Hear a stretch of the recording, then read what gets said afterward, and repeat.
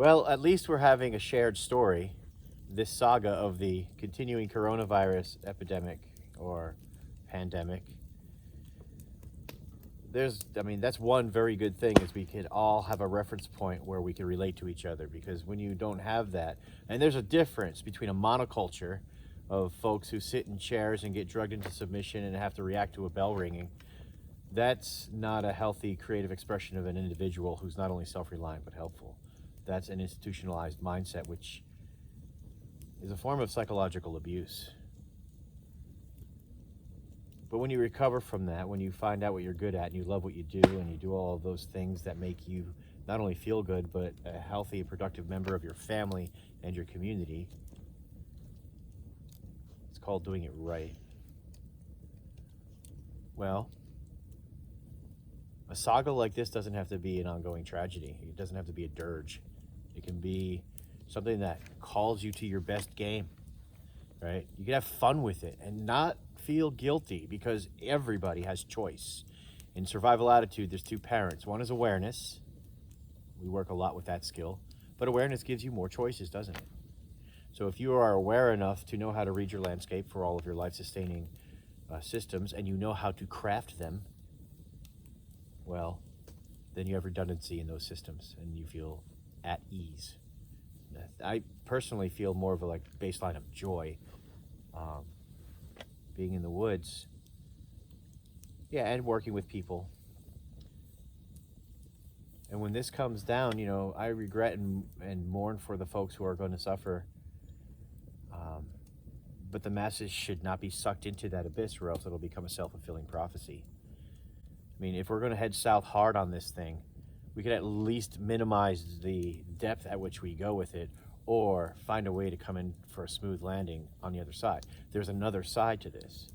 Focusing on how to get through this and restabilize, that's one of the challenges, and it's one of the challenges that will bring you out of it in good order, more likely than not. You want to enhance your chances at your own impending demise due to this plague, then focus on the misery, focus on the doom and gloom, on the incompetence of the leaders that are in the same boat as we are, because nobody really knows what's going on. Nobody ever really does, no matter what the situation, right? So start creating some fun and play, and put some energy towards those things that'll make you feel more prepared together.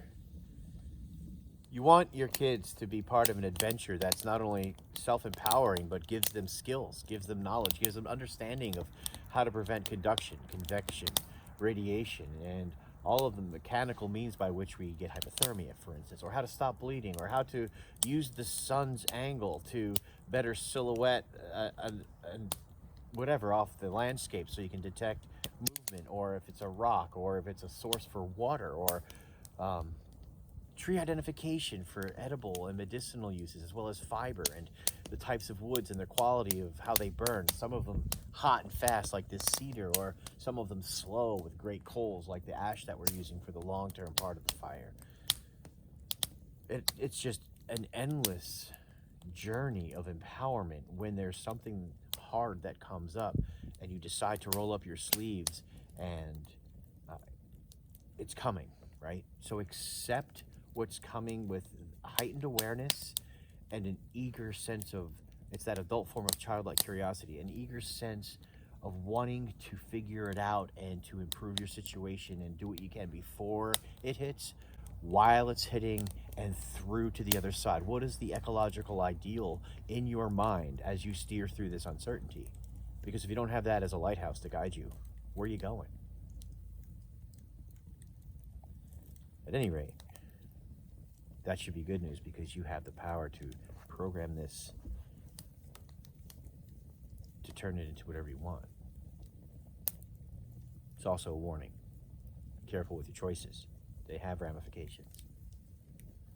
Either way, we're in a shared story, and I'm honored that we're in it together.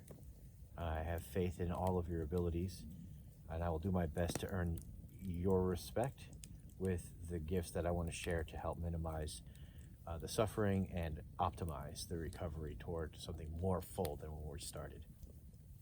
Good night.